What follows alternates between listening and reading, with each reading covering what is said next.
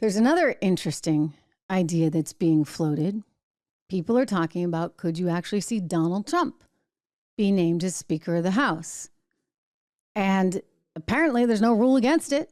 So he actually could. Typically Republicans bring in one of their own, but they could do this. I've pointed out that it could be kind of troubling because, he's got bigger aspirations and something bigger in mind, of course, and that would be the presidency. But Steve Bannon, whom you all know, has, and I consider a very smart guy, by the way, he was one of the first to really well articulate where our standing was in the world vis-a-vis China and the threat that China really is. And he's done an excellent job really at articulating that. And he doesn't get enough credit for that. By the way, the guy's really smart. Former Goldman Sachs banker, by the way. My alma mater, too, way back when. Anyway, Steve Bannon said some interesting stuff about the potential for Donald Trump coming in because he feels like he's like the one guy who can go in and clean house and actually do a lot of these things that need to get done. I want you to watch this and tell me what you think. I'm looking at your live comments here in this live show today. Solution. You want to compromise in a coalition and to get the people paid and get on with the business and set up the committees. How about this? 100 days to save America. And in that 100 days, Donald J. Trump will be voted tonight or tomorrow to be Speaker of the House.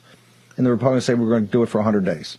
And in the 100 days, you get everything set up, all the investigations set up, and Trump begins the negotiations now. Not when they run out of money. They said, the crisis is going to hit us in the summer or fall. Well, that's where they're out of cash, and they're going to put the gun to your head. We're out of cash. The full faith and credit got to do it. No, let's start it now. We know what this is about. You're not going to hide anymore, and you're not going to lie anymore, and you're not going to spin anymore. And if you want somebody in the room that understands how to do these types of negotiations, his entire professional career is doing that, is Donald J. Trump. 100 days. Let's get him in the room. And let's do the debt ceiling. Let's do let's do the spending. Let's talk about the madness. And let's talk about the Federal Reserve. Yes. Who knows more about money or interest rates than Donald Trump? Remember, Ralph Norman's come to this as a real estate developer because it's so interest rate sensitive. What he said yesterday, right now we're on the verge of spending $1 trillion on interest a year. $1 trillion a year, bigger than the defense budget. You want to talk about a national security problem? You want to talk running around? We got national security. Got to get Kevin McCarthy right now because this is a national security problem. We got all those guys, the military veterans. I honor their service. National security issue. National security. Here's the national security issue. You're spending $1 trillion a year more in the defense budget, which is out of control, on interest. That's a national security problem. And I got a solution. And tell me anybody's got a better solution for right now, for this afternoon. Hey, how about this? 100 days of Donald Trump. Let's get him in the room. You don't think their heads will blow up? You don't think that the Senate, you can't do that. You got Trump. What are you talking about? You want to put it in their ear. You want to get up in their grill. Give me Trump for 100 days. You give me Trump for 100 days and you'll start the process of sorting out this mess. And the fact that they hate it so much is the better reason we ought to do it. So I got a solution. I got a compromise. Put it all to bed this afternoon. Trump for 100 days. Interesting. I'm kind of thinking Bannon for 100 days, right? Look, I don't want to sugarcoat this. This is hard stuff. When you realize you get $200 trillion worth of entitlements, right, that you're on the hook for, and there's no end in sight, and this is going to go up. What is it? In the next 10 years, they're thinking we're going to run out of Social Security.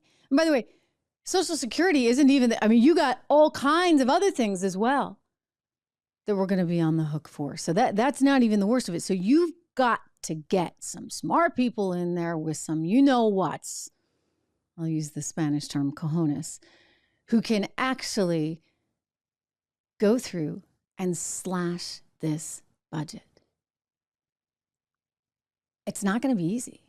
There's going to be a lot of angry people. How dare you cut that or that or that or that? You see, the problem with entitlements is, well, they're entitlements. People think that they're entitled to get them. I think we need to preserve Social Security, right? Because we didn't do a good enough job teaching kids how to save money in the first place. We need to preserve that, but we got to come up with a new solution. Let's get some ideas on the table, people. Let's get some ideas. And let's not spend so needlessly on stupid stuff. Let's not print money. For goodness sakes, the $2 trillion in the Inflation Reduction Act. I mean, any moron could tell you the more money you spend as the government, the more you will increase inflation. I mean, duh. And yet these idiots, they did it anyway. And by the way, there's lots of blame, right? Because McCarthy wasn't the only one. There were Republicans that voted for that because they all got their little pet project in their little home state, in their little hometown, and they want to push that. We need to stop that in the interest of something bigger, which is ourselves and our future and our country. Hey everyone, Trish Regan here. If you enjoyed that clip, please do me the favor of subscribing to the channel. Just hit that little subscribe button right over there. Did I do that right? Not quite, but you know where it is. Subscribe to the channel, hit the bell so that you get the alerts, and I'll see you back on the show.